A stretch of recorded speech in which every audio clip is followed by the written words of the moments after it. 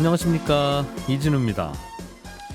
요즘 제일 중요한 경제 지표 하나만 꼽아보세요라고 하면 금리를 꼽는 분들이 많으시겠지만 또 금리 못지않게 중요한 지표, 경제 변수가 또 하나 있습니다. 바로 환율인데요. 요즘 달러 원 환율이 달러당 1,300원을 돌파할 정도로 가파르게 오르고 있고 변동폭도 심합니다. 그러나 또 요즘은 원자재, 에너지 안 오르는 게 없는 인플레이션 국면이다 보니까 환율이 오르더라도 수혜주는 별로 찾기 어렵고 오히려 피해가 커지는 그런 상황인데, 오늘 센터뷰 시간에는 하반기 환율 변수 그리고 경제 전망 함께 좀 들어보겠습니다. 요즘 미국 사회가 낙태 문제를 놓고 또 시끌시끌합니다. 앞으로 낙태를 합법으로 볼지 아니면 불법으로 간주할지를 각 주 정부와 의회에서 각자 결정하라는 쪽으로 최근에 결정이 나와서 다양한 여러 가지 문제점들과 또 변수들, 뜨거운 논란이 이어지고 있는데, 빅테크 기업들이나 주요 대기업들은 지원복지 차원에서 낙태 원정 비용을 지원하겠다는 발표도 나오고 있습니다. 오늘 글로벌 리포트 시간에는 이 소식을 비롯한 다양한 나라 밖의 경제 소식들 모아서 살펴보겠습니다. 손에 잡히는 경제 플러스 광고 듣고 시작합니다. 달러원 환율이 1,300원을 돌파하면서 경제 걱정이 또 늘었습니다. 이게 환율이 이렇게 오르면 수출 기업에는 좋다고 한 것도 요즘은 다 옛말이라고도 하고요. 또 하나의 걱정이 생깁니다. 오늘 센터뷰 시간에는 환율을 앞으로 어떻게 봐야 되는지, 그리고 하반기 경제 전망, 금융시장의 움직임 등 여러 가지 좀 질문거리를 던져보죠. 서강대 경제대학원의 김영익 교수님 나오셨습니다. 어서 오세요. 네, 안녕하십니까. 예, 오늘은 환율이 약간 좀 내려서 1,294원입니다만 또 뭐 마감해봐야 아는 것 같고, 얼마 전까지만 해도 1,300원까지는 안 가지 않겠느냐 했는데 이제는 환율 전망들 여쭤보면 1,350원입니다. 또 이렇게 예, 좀 뒤로 물러섰어요. 1,300원 넘는 게 과거에도 좀 있긴 있었습니까? 예, 두 차례 있었습니다. 97년 우리 외환위기 때 일시적으로 거의 2,000원까지 갔었고요. 예. 뭐 장중이었습니다만, 그리고 2008년 그 글로벌 금융위기를 겪으면서 세계 시장이 불안하면서 2009년 2월달에 1,500원이 넘었었어요. 예. 그리고 최근에 그 두 차례 빼놓고 처음으로 이제 1,300원 넘었었죠. 예.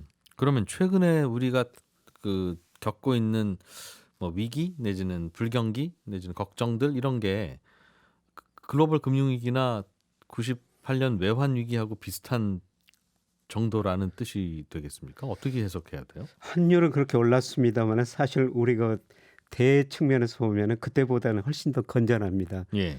예를 들어서 뭐 IMF 때는 비교할 수가 없고요. 2008년에 우리나라 경상수지적자가 한 18억 달러밖에 안 됐거든요. 그런데 작년에 883억 달러였고요. 아마 올해 절반 정도로 줄어들어도 한 400억 달러 정도는 될 것 같고요. 네. 그리고 최근에 좀 오늘 또 무역 수지가 적자 났다. 그럼에도 불구하고 경상수지가 흑자 나는 건요. 그동안 우리가 97년에 외환위기 후 저축이 높아지면서 계속 경상수지 흑자 났거든요. 그 돈 가지고 우리가 미국 주식 채권 사가지고요. 이 투자소득 수지가 계속 흑자가 나고 있어요. 그래서 무역 수직 적자란 걸 좀 메우고 있는 거예요, 지금? 예를 들어 작년 같은 경우 뭐 배당금이 한 100억 달러 들어왔고, 그다음에 이자 소득이 한 100억 달러 들어왔거든요. 그래서 무역 수지는 적자 나도 우리가 투자 소득지가 흑자 나니까 뭐 2008년보다 훨씬 더 좋은 상황이고요. 예. 그다음에 우리가 순채권이라고 그러죠. 대채무 채권. 우리 채권이 훨씬 더 많거든요. 네. 2008년에 280억 달러 정도 됐는데요. 뭐 작년에 4,500억 달러 정도 좀 우리가 대채권이 채무보다 훨씬 많거든요. 그래서 이런 걸로 평가하면은 뭐 나중에 환율 전망 해봐야 되겠습니다만은 1,300원 환율은 너무 높다. 예. 저는 그렇게 생각하고 있습니다. 환율이라는 게 보통 그 나라로 들어오는 달러와 나가는 달러. 예. 우리 뭐 가계부로 치면 생활비가 이게 적자냐 흑자냐 예, 예. 뭐 이런 거에 따라서 결정되는데, 예. 그런 차원에서 보면 이렇게까지 올라갈 환율은 아니다, 이렇게 예, 보는다는 말씀이군요. 사실 우리가 경상수지가 이렇게 흑자남에도 불구하고 환율이 오르는 거는요. 경상수지가 흑자난 만큼 금융계정을 통해 가지고 돈이 다 나가버려요. 우리가 사학개미라고 그러지만은 우리 개인들이 좀 미국 주식 많이 사고 있지 않습니까? 다시 투자하러 달러를 벌어와도 다시 투자하러 그 달러 들고 나가니까. 그리고 바이든 미국 대통령이 우리나라 가지고 이번에 그 삼성전자 먼저 가고 나갈 때 현대차 방문하고 나갔지 않습니까? 네. 직접 투자 좀 해달라는 겁니다. 그래서 우리 경상수지 흑자로 들어온 돈들이 해외 증권 투자나 직접 투자로 다 나가버리거든요. 예. 예, 그래서 경상수지가 그동안 이렇게 흑자가 나도 환율이 안 떨어지고 있는 겁니다. 그 우리나라 경제 구조가 그렇게 됐군요. 예, 예. 무역으로는 좀 손해를 보더라도 그동안 벌어뒀던 돈으로 마치 그 은퇴한 노인들의 예, 경제 예. 상황과 그 비슷하게 이자 예. 배당을 계속 이제 앞으로 받을 겁니다. 벌어드는 돈보다는 생활비가 더 많이 나가긴 하는데 예. 그동안 모아둔 돈에서 배당 받고 이자 받고 예, 하면 그렇습니다. 좀 남네 뭐 하는 그런. 예, 예. 그러나 남아봐야 또 그 돈으로 또 투자하러 나가는 그런 그렇죠. 구조군요. 예, 그 돈들이 국내에 투자 안 하고요. 특히 저 국민연금 같은 데가 해외 투자를 많이 하죠. 네. 예를 들어서 국민연금이 해외 주식 투자를 27%로 목표로 설정했는데 국내는 16%밖에 안 돼요. 국내 주식에 투자하는 비중이 예, 국민연금 자산 중 국내 비중 16%고 해외 비중 27%거든요. 네. 마찬가지로 사학연금 같은 데도 해외 투자 비중을 계속 늘리고 있어요. 그래서 우리가 경상수지 흑자로 들어온 돈들이 네. 국민연금, 뭐 사학연금, 그다음에 각종 금융회사들 그 돈 가지고 해외 주식 사고 채권 사고 있는 겁니다. 그렇다면 그러니까 이제 해외로 주식 사고 채권 사러 나가려면 달러를 들고 나가야 해외에서도 예. 받아주니까 예, 우리나라 외환 시장에서 자꾸 달러를 살려고 그러는 거고. 그렇죠. 그러니까 이제 환율이 올라가는 걸 텐데 예, 예. 예전에는 뭐 그렇게 열심히 해외 투자 나가지는 않았으니까 무역으로 벌어온 돈이 많으면 그냥 환율이 좀 안정되고 예, 예. 달러 수요는 적었으나 예, 요즘은 이렇게 해외 투자를 하려고 연기금들이 적극적으로 나가면 예. 환율이 계속 오르겠네요. 그러니까 1,300원, 1,400원도 갈 수 있는 거 아닌가 이러다 보면 그런 생각도 드는데 그 정도는 아닌가 보죠. 예, 경상수지 흑자 들어온 만큼 나가니까요. 예. 뭐 들어온 만큼 나가니까 그렇게 환율이 오를 이유는 없을 것 같고요. 예. 예, 그런데 이제 최근에 환율이 오르는 이유는 우리나라가 환율 원달러율 결정 요인 제가 분석해 보니까 미 달러 지수 그다음에 한미 금리 차 그다음에 우리가 중국 의존도가 높아지니까요. 중국 이안 달러 환율이 어떻게 되느냐 이런 것들이 영향을 주는데요. 예. 근데 가장 중요한 게 우리나라 원화 환율은 미 달러로 표시되니까 미 달러 가치가 어떻게 되느냐. 근데 사실 최근에 그 달러 가치가 좀 올랐지 않습니까? 예. 예, 그 이유는 미국이 금리를 많이 올린다. 돈이라는 게 눈이 있어가지고 수익률 높은 데로 이동한다. 예, 우리나라에서 미국으로 돈이 빠져나갈 것이다. 예, 그다음에 우크라이나 전쟁 때문에 뭐 글로벌 금융 시장이 불안하면 달러가 안전자산이다. 그래서 달러 가치가 오른 거거든요. 다른 나라에서도 달러 가치는 오른다. 우리나라 외환 시장뿐만 아니라. 예, 예, 그 말씀이죠. 예. 그런데 문제는 이제 달러 가치가 계속 올라갈 것인가. 근데 저는 이거는 아닌 것 같습니다. 왜요? 왜 그렇게 보세요? 예, 미국 대부채가 너무 많거든요. 우리나라는 흑자국인데요. 예, 미국 순채무가 올 1분기 보니까 거의 이거 17조 7억 달러나 되거든요. 엄청 7천억 달러. 17조 7천억 달러. 우리나라는 꿔준 돈이 더 많은 나라인데 예. 미국은 빌린 돈이 더 많은 예. 채무국이다. 예. 그럼 미국이 이 돈을 이렇게 대순부채가 많은데 어떻게 견디느냐. 외국인들이 미국 주식 채권 사주죠. 그게 한 12조 달러 예. 되고요. 그다음에 외국인들이 우리도 뭐 삼성전자 아까 현대차 미국 직접 투자한다고 그랬습니다. 그게 한 4조 달러 적자거든요. 근데 앞으로 이런 돈들이 계속 미국으로 들어갈 것인가? 네. 근데 요새 보면 미국 그 주식시장 굉장히 불안하지 않습니까? 앞으로 덜 들어갈 것 같습니다. 미국 쪽으로. 예. 그러면 달러가 덜 강해질 것이다. 예.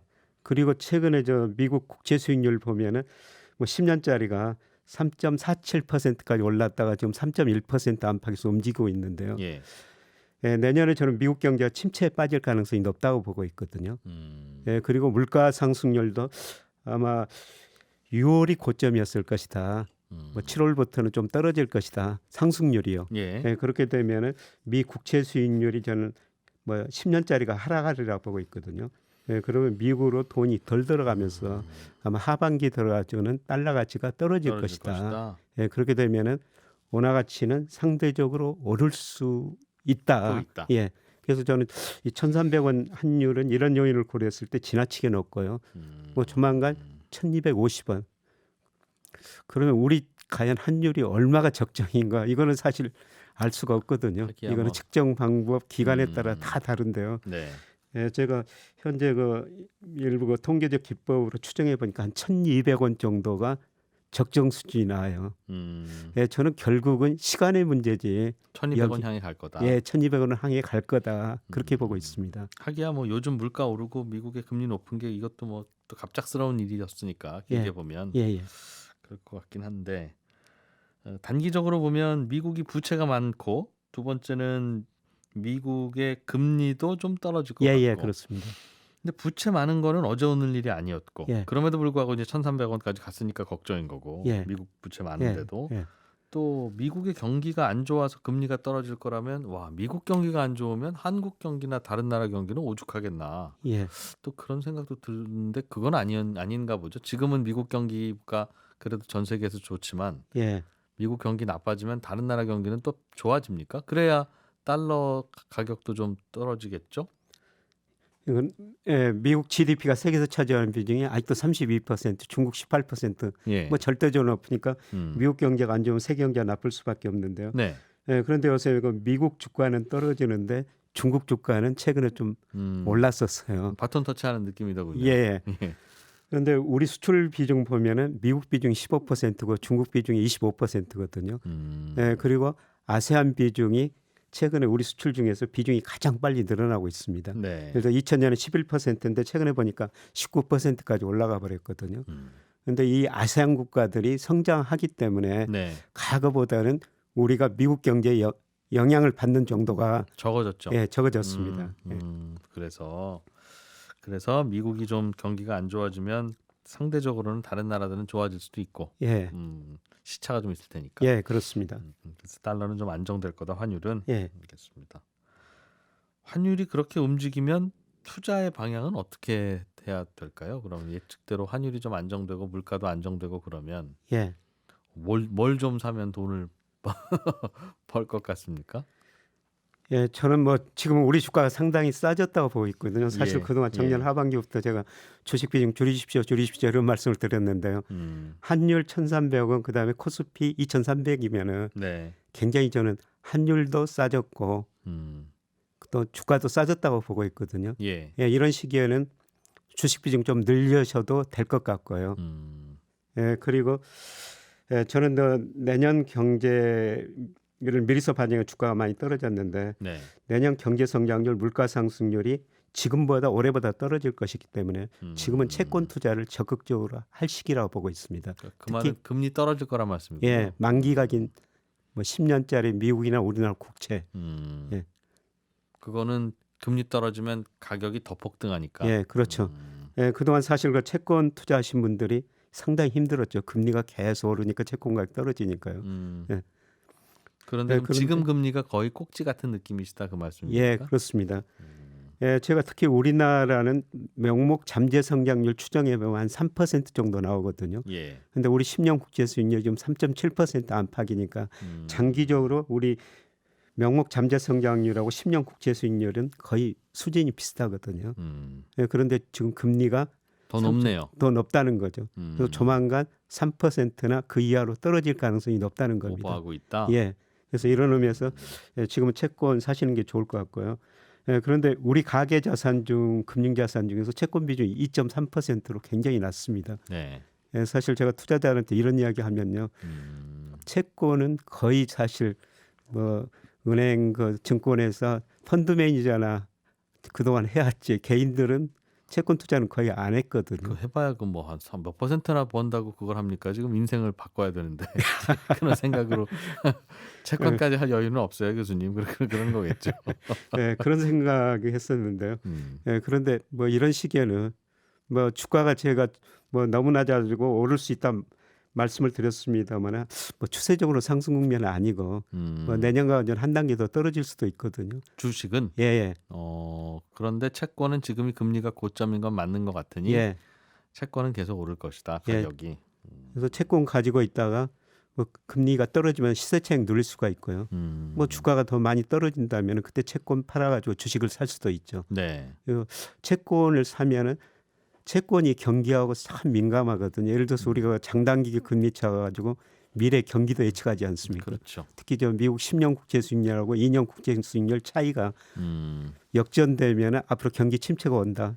사실 기간의 문제지 꼭 침체가 왔었거든요. 그래서 채권을 투자하다 보면 우리가 경기 흐름을 알 수가 있습니다. 네. 예, 그래서 뭐 일반 가게 입장에서도 소액이라도 채권 투자하시면서 예. 예, 저는 경기 흐름 배워볼 예, 만하다. 공부해볼 만하다. 예, 그래서 채권 투자 권유하고 있습니다. 채권은 증권사에 가서 채권 주세요 하면 살 수 있는 건가요? 그렇겠죠? 예, 채권형 자산운용 펀드 가입할 수가 있고요. 채권형 펀드 가입해도 예, 근데 되고. 소액 채권이라고 있는데 증권회사에서 소액 채권은 좀 거래하기가 사고 힘드니까 팔기가 어려우니까. 귀찮아하니까요. 그런데 채권형 ETF가 있거든요. 네. 이건 아직 거래가 별로 안 돼요. 아직 투자자들이 별로 많지 않으니. 예예. 그런데 ETF는 언제처럼 뭐 주식처럼 언제나 사고 팔 수 있으니까요. 네. 뭐 사실 주식하신 분들은 아까 말씀하신 것처럼 채권 못합니다. 예, 변동성이 굉장히 적어가지고요. 재미가 적어서? 없습니다. 네. 알겠습니다. 아무튼 앞으로의 경기 흐름은 그러면 좀 경기가 덜 뜨거워지고 물가도 내려가고 예. 또 어떤 분은 그걸 뭐 리세션이라고 표현할 수도 있겠습니다만 예. 그런 쪽이 될 가능성이 높으니 예, 금리는 내려갈 거다. 예, 그렇습니다. 물론 저 단기적으로 기준금리는 시장금리에 후행하거든요. 네. 뭐 미국이나 우리나라 기준금리는 좀 올릴 겁니다. 올렸다가 예. 내릴 것 같다는 그렇죠. 말씀이겠군요. 그럼. 항상 그 예. 시장금리가 오르면 기준금리는 뒤따라 올렸고 시장금리가 떨어지면은 음. 예, 뒤따라 가지고 예, 기준금리도 낮춘 거거든요. 반대로 보면 또 시장금리가 먼저 치고 나갔다 기준금리 예측하면서 예, 그랬을 수도 있겠네요. 예, 그렇습니다. 예. 알겠습니다. 주식은 그러면 이만하면 많이 떨어진 거 아닙니까? 그런 말씀을 생각하면 또 앞으로 경기 나빠지는 걸 또 반영해서 지금은 금리 많이 오르고 물가도 예. 많이 오르니까 그 예. 영향을 받아서 주식이 저 모양이다라고 예. 설명들은 하시는데 예, 그 물가나 금리가 앞으로는 좀 안정이 되면 예. 주식도 좀 오르지 않을까요? 예, 저는 좀 오를 거라고 보고 있습니다. 물론 저 추세적인 상승은 아닌데요. 예. 예, 8월, 9월이 저는 중요한 시기가 아닌가 그렇게 생각됩니다. 왜냐하면은 8월 초 가면 우리 이거 7월 소비자 물가가 발표되고요. 예. 그다음에 8월 중순 가면 미국 7월 소비자 물가가 발표되거든요. 7월 달 물가 이번 아마 달. 예, 6월 물가는 우리나라 다음 주 화요일 날 발표하는데요. 예, 지난 5월 달에 전년 동월 대비 5.4%였는데 아마 6%가 좀 넘었을 것 같습니다. 더 올랐을 것 같아요. 예. 예. 예, 그런데 7월에도 아마 높은 수준은 유지할 텐데 6월보다는 낮아졌을 거라고 생각하고 있고요. 예, 미국도 마찬가지라고 보고 있습니다. 예, 그 주요한 이유는 지금 유가가 저는 고점을 치고 떨어지는 과정이라고 보고 있거든요. 특히 미국 같은 데는 유가가 떨어지면 그 다음 달부터 소비자 물가가 떨어졌고요. 우리도 약간의 시차가 있지만은 마찬가지고요. 예, 그다음에 최근에 뭐 이 기자님께서 저 페이스북에 수요가 더 중요하다 가격 결정에 이런 거를 아마 제가 재밌게 읽어봤습니다만 네. 예, 지금 수요가 많이 위축되고 있거든요. 아하. 저 미국 경제가 1분기 좀 말년에서 1.6% 성장했는데요. 예. 2분기도 애틀란타 연준이 오늘 아침에 보니까 2분기도 마이너스 1.0% 예상하고 있어요. 경제 2분기 연속 성장률. 지금 예. 마이너스 성장한다는 겁니다. 미국이. 이거 이거 경기 침체죠. 예. 그러니 수요가 사람들- 위축되니까 예, 결국 물가 상승률도 떨어질 수밖에 없다는 겁니다. 예. 예, 그래서 아마 하반기 후반으로 갈수록 물가 상승률은 떨어지고 물가 상승률이 떨어진다는 것은 아주 나중에 보면은 경기가 많이 나빠질 것이다 그런 의미인데 네. 금융 긴축 완화 정도는 조금 해소될 것이다. 예, 이런 의미에서 한번 주가가 반등을 할 것 같습니다. 주식이라는 건 방금 말씀하신 게 경기 앞으로 안 좋아질 겁니다. 예. 라는 말씀이니까 예, 경기가 안 좋아지면 주식도 좋지 않지? 예. 라고 생각하기 쉬우나 예. 그러면 또 금리 낮추고 또 뭐 이런 통화 정책으로 좀 부양도 하고 할 것 같으니까 예. 주가가 오를 거라 예. 반등할 거다 그 예. 말씀이죠. 예, 주가를 결정하는 게 금리하고 기업 이익 증가율 두 개가 핵심이죠. 예, 그런데 앞으로 경기는 좀 둔화되겠지만은 네. 금리가 떨어질 거라는 겁니다. 특히 시장금리, 10년 국제 수익률이 예. 예, 금리가 떨어지면서 예, 그만큼 예, 주가는 반등할 수가 있다는 겁니다. 그렇다면 주식 중에서는 경기가 좀 안 좋아지더라도 이익을 탄탄하게 지킬 수 있는 그런 예, 회사들 중심으로 투자하면 예. 금리 낮아지는 효과로 주가는 부양이 될 텐데 예, 이익 훼손이 적다면 나름 투자할 만한 영역이 되겠네요. 예, 그렇습니다. 그리고 저는 뭐 외국인 측까지 환율 상승 때문에 많이 팔고 있는데 예. 환율이 떨어진다고 기대하면 일부 외국인들이 우리 주식을 사거든요. 아마 3분기 중후반에는 외국인도 사면서 예, 코스피가 한 10% 정도 올라갈 거라 보고 있습니다. 사실 이럴 때는 그냥 종목보다는 코스피 200으로 구성된 ETF 같은 거, 갖고 코스피가 있으면 10% 오른다면은 네. 10% 수익을 낼 수가 있거든요. ETF에 관심을 가지시는 게 더 좋을 것 같습니다. 주가는 반등할 것 예, 같으니까 예, 예. 그냥 반등이라고 표현을 하신 거는 그때부터 또 다시 쭉 오릅니다. 예, 그거는 추세적인 아닌 모양이죠? 상승은 아니고요. 뭐 우리가 이제 3,300 작년에 고점을 넘어야지 추세적인 상승이라고 볼 수가 있는데 예. 거기까지는 좀 멀어 보이고요. 뭔가 위험한 변수가 좀 남아 있나 보죠. 예, 그렇습니다. 경기 침체라는 게 내년에 남아 있거든요. 그래서 예, 예. 그래서 그 걱정까지 하면 지금은 차라리 금리 인하를 예측한 채권 투자가 좀 나아 보인다. 예, 그렇습니다. 예, 주식도 그냥 특별한 종목 찾지 말고 예. 지수가 살짝 반등하는 것 정도를 겨냥해서 갖고 있고. 예, 예, 그렇습니다. 알겠습니다. 깔끔하게 정리는 되네요. 서강대 경제대학원 김영희 교수였습니다. 고맙습니다. 예, 고맙습니다. 네, 놓치기 쉬운 나라 밖 경제 소식을 살펴보는 글로벌 리포트 시간입니다. 오늘 해담경제연구소 어예진 소장과 함께합니다. 어서 오세요. 네, 안녕하세요. 미국에서는 요즘 낙태를 놓고 굉장히 뜨거운 토론이 벌어지고 있더군요. 맞습니다. 미국의 연방 대법원이 낙태를 허용하는 건 위법이다라는 판결을 내렸어요. 이것 이후에 이렇게 뜨거워지는 겁니까? 설명 좀 해주세요. 요게 요 며칠 이제 외신 홈페이지에 가보면 이 낙태에 관한 기사가 거의 도배를 되고 있어요. 뭐 예. 시위 사진을 봐도 낙태 얘기고 음. 정치인 사진이 있어서 들어가도 낙태 얘기예요. 그러니까 하루도 빠짐없이 정말 뜨거운 감자인데 전체적인 골자는 이렇습니다.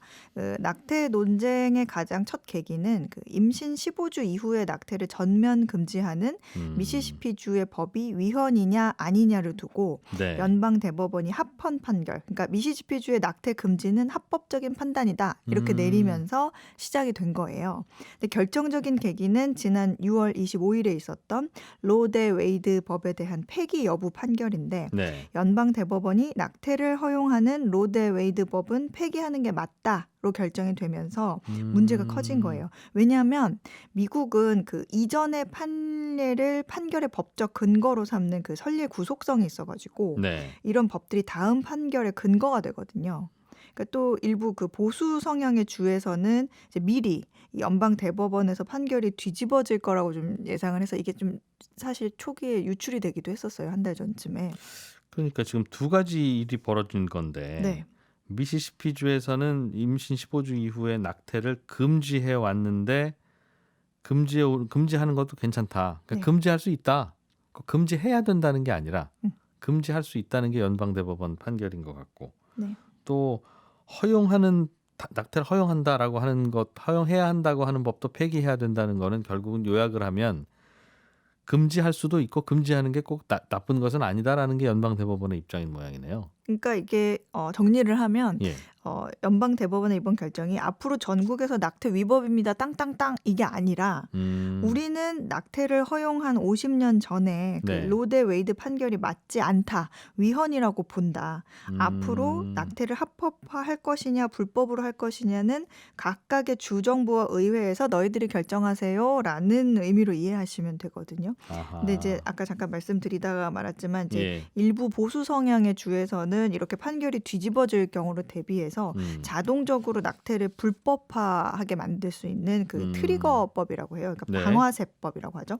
이걸 제정해놔서 오클라호마주 같은 경우에는 이 결정이 나자마자 그 기다렸다는 듯이 낙태를 위법으로 선언하기도 했습니다. 네. 그래서 지금 낙태 찬성파, 반대파가 끊임없이 각각 시위를 하고 있고 서로 소송을 걸면서 갈등을 하고 있는 겁니다. 그게 지금 미국에서는 낙태가 합법도 아니고 불법도 아니고 어디 가면 합법이고 어디 가면 불법이고 지금 그런 상황이 된다는 거죠. 그렇죠. 이게 로 대 웨이드법을 폐기한 것이 가장 큰 방아쇠가 됐다는데 이건 무슨 법이었어요? 로 대 웨이드법? 네, 이 로 대 웨이드 판결은 영어로 하면 로 vs 웨이드라고 하는데 이게 그 로대 할 때 대라는 게 이진우 대 어예진 대 이진우 할 때 한국 대 일본 할 때 그 대. 네, 그 대입니다. 네. 그러니까 제인 로라는 가명을 쓴 여성이 낙태를 허용해 달라면서 헨리 웨이드 검사에게 걸었던 소송 건을 말하는 거예요. 이게 1973년에 나온 판결인데 당시에 미국 대부분의 주에서는 임산부의 생명이 위험한 경우가 아니면 낙태를 금지했었어요. 네. 그런데 연방 대법원이 이 로데 웨이드 사건을 계기로 여성은 임신 후 6개월까지 임신 중절을 선택할 헌법상의 권리를 가진다 이렇게 판결을 하면서 말리지 마라. 네, 미국에서 이제 낙태가 공식적으로 합법화되는 계기가 된 겁니다. 그 법이고 그 판결이군요. 네. 그런데 여기에 대해서 꼭 그러지 않아도 된다는 쪽이 이번에 바뀐 연방 대법원의 판결이라면 정리해 주신 대로 그러면 합법을 하고 해도 맞고 그 낙태를 허용해도 맞고 금지해도 맞다. 그건 뭐 각자 알아서 해라 그런 뜻인 것 같아요. 그렇다면 어디가 불법이라면 그 불법인 주에서 사시는 분들 중에 나는 낙태가 필요한데라고 하는 분은 합법인 주로 가서 수술을 받거나 해도 된다는 거네요. 그렇죠. 그거를 이제 일명 원정 낙태라고 하는데 미국 여성들은 이제 앞으로 최대 300km가 넘는 거리를 이동해 가면서 네. 원정 낙태를 가야 할 수도 있어요. 그래서 주 경계 그 부근마다 중절 수술을 해주는 클리닉들이 더 많이 생길 수 있다. 예. 이런 언론 보도도 있었거든요. 그런데 이런 가운데 구글이나 뭐 메타 같은 빅테크 비롯해서 뭐 스타벅스, 골드만삭스 같은 주요 대기업들이 우리는 그러면 직원 복지 차원에서 낙태 원정 시술 비용을 지원하겠습니다. 이렇게 선언을 하기도 했어요. 여기 경영진들은 낙태가 불가피하거나 권리일 수 있다라고 판단하는 가치관을 가진 분들인가 보네요. 네, 보통 이런 기업들 이제 진보 성향이 강한 기업이긴 네. 한데 예. 그런데 이제 한편에서는 또 낙태가 이제 불법이 된 주에서는 경찰이 그 불법으로 낙태한 사람 잡겠다는 이유로 이제 이런 빅테크 기업들이 개인 정보가 많잖아요. 네. 그러니까 수사 협조를 좀 해달라. 이렇게 요청을 하면 이들이 협조를 해줄 것인지도 좀 주목이 되는 부분이에요. 그렇군요. 근데 지금까지는 이제 기업들이 별다른 입장을 내놓지 않고 침묵을 하는 중인데 이런 부분도 이제 논란이 될 수 있고 네. 또 정치권에서는 이렇게 원정 낙태가 급격히 증가해서 그럼 낙태법 폐지가 의미가 없어질 수 있잖아요. 어차피 다 허용인 거 아니냐. 괜히 비용만 들고. 그렇죠. 그래서 아예 원정 낙태를 금지하는 법을 만들자. 이런 움직임도 있어요. 이 아이디어는 그 반대 성향인 그 보수 야당이죠. 공화당이 네. 주도해서 이 법을 추진하려고 하고 있습니다. 그런데 이제 정작 바이든과 민주당 의원들은 이 대법원 이번 판결이 미국을 150년 전으로 돌려놨다 하면서 이제 비난하고 있어서 이 낙태법에 대한 얘기가 이제 11월에 중간 선거 있죠. 여기에서 또 표를 얻기 위한 아주 중요한 쟁점이 될 것 같아요. 예. 바이든 대통령은 이게 이슈가 됐으면 좋겠다는 생각을 하겠네요. 그렇죠. 이걸 이용해서 이제 좀 승리를 이끌어 보겠다. 이게 이슈이면 서로 반반 뜨거울 수 있는데 네. 경제가 이슈이면 바이든은 할 말이 없으니까 물론 바이든 대통령의 잘못이냐 여부는 또 따질 필요가 있겠습니다만 네. 그런 정치적인 판단을 할 수는 있겠어요. 그리고 이제 이런 정치적인 논란도 있고 또 한편에서는 이 낙태법 폐지에 딸려오는 얘기가 또 약물이에요. 약물을 이용한 임신 중단도 증가할 수가 있어서 네. 약물 규제 역시 쟁점으로 떠오르고 있습니다. 이미 이번에 그 로데 웨이드 판결 이후에 네. 텍사스가 굉장히 보수적인 그 주여가지고 낙태를 금지하고 가장 강하게 금지를 하고 있거든요. 네. 근데 여기서 이제 환자들이 약을 좀 구할 수 있도록 주선해주는 업체가 있는데 평소에 4배 이상의 요청을 해왔다 그래요. 이 판결 이후에. 이건 약을 먹으면 낙태가 되는 그런 약인가 봐요. 네, 보통 한 임신 10주 이전에 섭취를 하면 임신 유지 호르몬을 좀 차단하는 효과가 네. 있거든요. 예. 그래서 이것도 이제 금지를 하거나 규제를 강화할 수 있어 보인다 이런 게 있고요. 또 다른 한편에서는 이제 남성분들이 이제 동요가 되고 있는데 이제 피임까지 제약하는 거 아니냐라고 우려한 남성들의 그 정관 수술 수요가 그 연방 대법원 판결 이후에 한 3-4배 정도 늘었다 이런 언론 보도도 있었습니다. 그거는 알겠습니다. 낙태가 허용되고 안 허용되고의 문제는 토론의 여지가 있지만 그거를 피임 수단으로 쓰는 건 좀 아니죠, 그거는. 그렇죠. 네. 자, 그럼 미국은 그게 요즘 뜨겁고 바이든 대통령은 그래도 경제나 물가가 화두인 것보다는 이게 차라리 낫다고 생각하는 중일 수도 있고. 중국 이야기도 하나 있군요. 네, 그렇습니다. 중국이 점점 이제 사회주의 권위주의 국가, 권위주의 사회로 거꾸로 가고 있다. 예. 이런 얘기가 나오는데 요즘에 중국에서요. 그 졸업하는 대학생들 보면 마르크스주의를 전공하고 학위를 받는 게 취업이 잘 되는 필수 코스가 되고 있다. 이런 얘기가 있어요. 중국의 그 취업 사이트에 따르면 마르크스주의 학위를 받는 졸업생을 찾는 구인 공고가 네. 뭐 정부 기관에서부터 민간 대기업에 이르기까지 작년보다 20% 이상 늘었다고 합니다. 중국은 자네 어디 뭐 무슨 전공인가? 그럼 마르크스주의 전공입니다. 이런 학생들이 꽤 있는 모양이에요. 이게 사실은 마르크스주의라고 하면은 중국 학생들도 뭐 그런 전공이 있어라고 할 정도로 많이 알려지지는 않았어요. 네. 뭐 이게 마르크스주의라는 게 뭐 공산주의, 사회주의 철학 이런 건데 이게 표현은 마르크스주의라고 하지만 네. 실제로는 이 마르크스의 사상 그 자체를 배우는 것은 아니고요. 마오쩌둥과 시진핑 같은 중국 지도자들은 이 마르크스의 사상을 중시해 왔는데 그들은 이걸 어떻게 해석했느냐 이거를 공부하는 거예요. 그러니까 결국 쉽게 말하면 그 시진핑의 생각과 통치 철학을 공부하는 겁니다. 그러니까 뭐 이념 교육 강화하려는 모습이라고도 해석이 가능한데 네. 일례로 그 허난성 중부의 한 대학에서 마르크스주의 석사 3년 과정의 커리큘럼을 봤더니 사상 교육의 원칙과 방법에 대한 내용 또 시주석의 교육 연설을 18시간 동안 공부해야 되는 내용이 포함돼 있었어요. 야. 시진핑을 공부한 게 그 결국은 그 전공이라는 뜻인 것 같은데. 네. 그럼 대학들에서 이런 학생들이 나오면 기업들은 시진핑 통치 철학을 좀 체계적으로 공부한 대학생을 우리 기업은 뽑고 싶다. 그런 네. 건가요?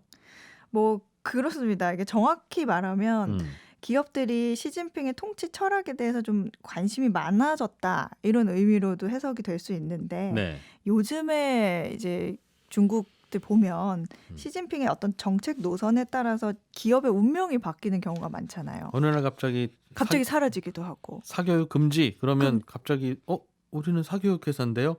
문 닫아 그럼 이렇게 되는 거니까. 그렇습니다. 그러면서 이제 특히 이제 기업들이 시진핑의 메시지를 잘 해석하는 게 좀 필요하겠다. 이거를 절실하게 느끼고 있는 거예요. 언제 어떻게 될지 모르고 지금 시진핑이 내놓는 정책 하나하나가 저게 나중에 우리 기업에게 어떤 영향이 있을지 뭘 염두하고 저렇게 얘기하는 건지를 네. 우리가 해석할 필요가 있겠다라는 수요가 늘어나는 거예요. 그래서 시진핑의 생각과 철학을 대학에서 좀 공부한 졸업생을 선호하게 됐다. 그런 얘기입니다. 네. 그러다 보니까 대학에서도 그 마르크스주의를 가르치는 교수들의 대우가 아주 좋아요. 이게 실제로 그 산시성에서는 그 도시 근로자 평균 연봉이 우리 돈으로 약 1,000만 원 정도 되거든요. 네. 근데 그 마르크스주의 박사들을 채용하는 대학은 연봉이 얼마인 줄 아세요? 한 2배? 2배 줍니까? 4배 줍니다. 그 교수 연봉은 한 4천만 원을 주고 있습니다. 그만큼 학생들의 배우려는 수요도 좀 늘어나는 것 같고. 네. 그거 안 주면 저는 그냥 기업으로 갈랍니다. 기업이 뭐 마르크스주의 공부한 학생도 뽑는데 나는 이게 전공인 교수라면 뭐 얼마나 좋아하겠습니까? 뭐 그렇게 나올 테니. 네, 맞습니다.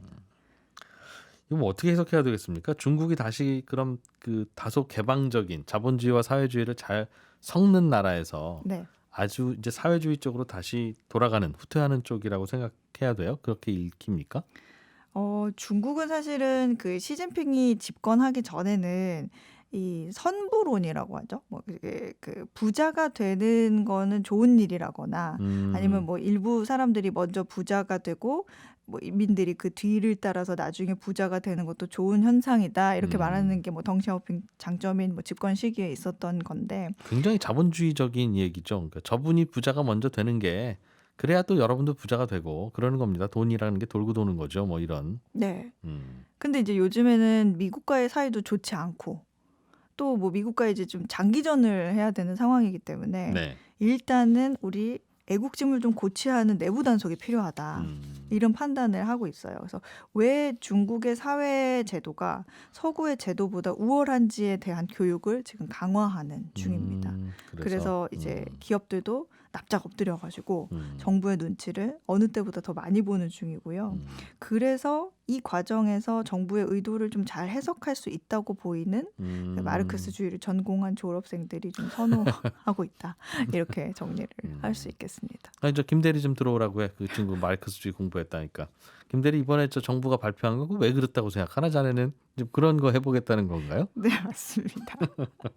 야, 그렇죠. 그래서 아마 이 추세로 봤을 때는 이런 전공이 지금은 많이 알려지지는 않았지만 앞으로 이런 전공이 계속 늘어날 것 같고요. 네. 그리고 이거를 전공하려는 수요도 점점 늘어나서 아무래도 이게 지금 마르크스주의, 이게 중국에만 있는 특이한 이런 전공이 될 것 같습니다. 야, 근데 이분들은 이거 전공했다가 모르겠습니다. 시진핑이 언제까지 집권할지 모르겠습니다만 다시 또 세상 분위기 바뀌면 전공은 이거 하는 건데 평생 이 전공으로 살아야 되는데. 그래서 사실은 이제 대학에서 전공을 하기보다는 예. 대학원에서 전공을 하는 커리큘럼들이 많아요. 네.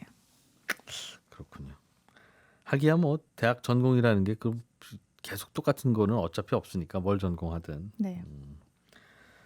자, 또 다른 뉴스 하나 좀 더 보죠. 재배, 생산, 유통, 운송 뭐 이런 식품의 여러 가지 그 가공 단계가 있는데 네. 이 단계에서 탄소 배출이 정말 많다. 맞아요.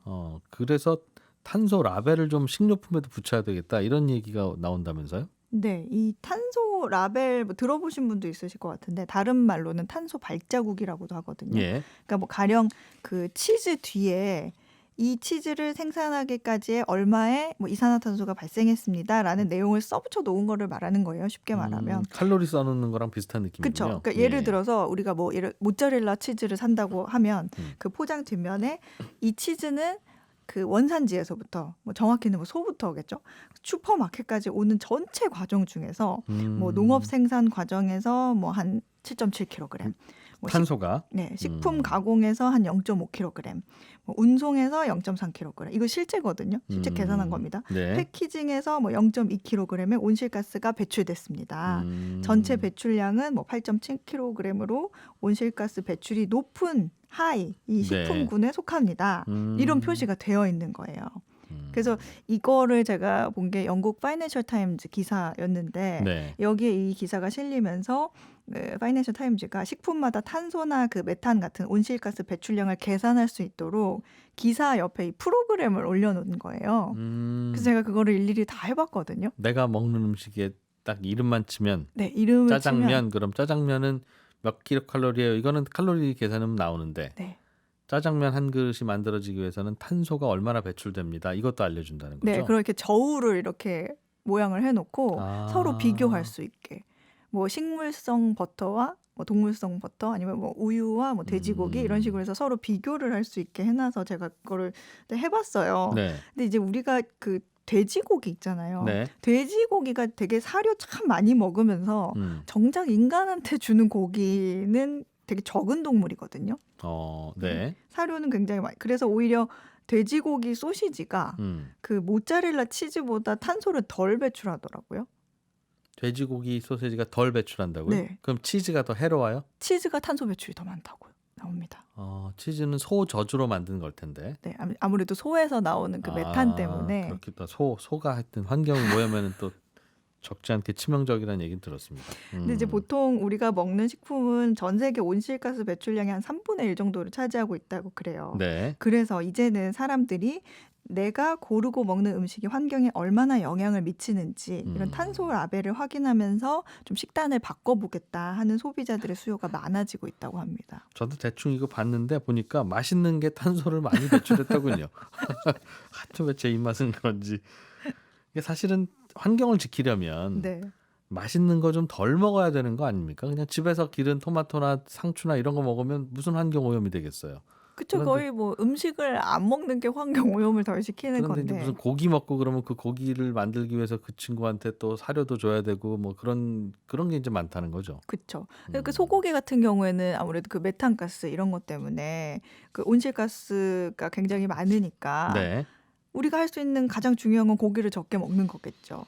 근데 이제 뭐 양고기도 마찬가지고. 근데 그렇다고 음식을 아예 안 먹고 굶을 수는 없잖아요. 네. 그러니까 그거를 이런 탄소 라벨이 나오는 거는 그거를 구분하기 위해서 최소한의 발생으로 식품을 고르고 섭취할 수 있도록 이렇게 탄소 라벨을 붙이자라는 노력이 이제 유럽이나 미국에서 많이 나타나는 거예요. 네. 그래서 프랑스는 지난해 정부 차원에서 탄소 라벨 의무화하는 계획 추진할 방침이고 미국은 이미 굉장히 널리 분포가 돼 있습니다. 생활 네. 소비재 기업들까지도 탄소 라벨 부착하고 있습니다. 예, 해담경제연구소 어예진 소장이었습니다. 고맙습니다. 감사합니다. 예, 저는 일요일 아침 7시 5분에 손에 잡히는 경제 주간 하이라이트에서 또 찾아오겠습니다. 지금까지 이진우였습니다. 고맙습니다.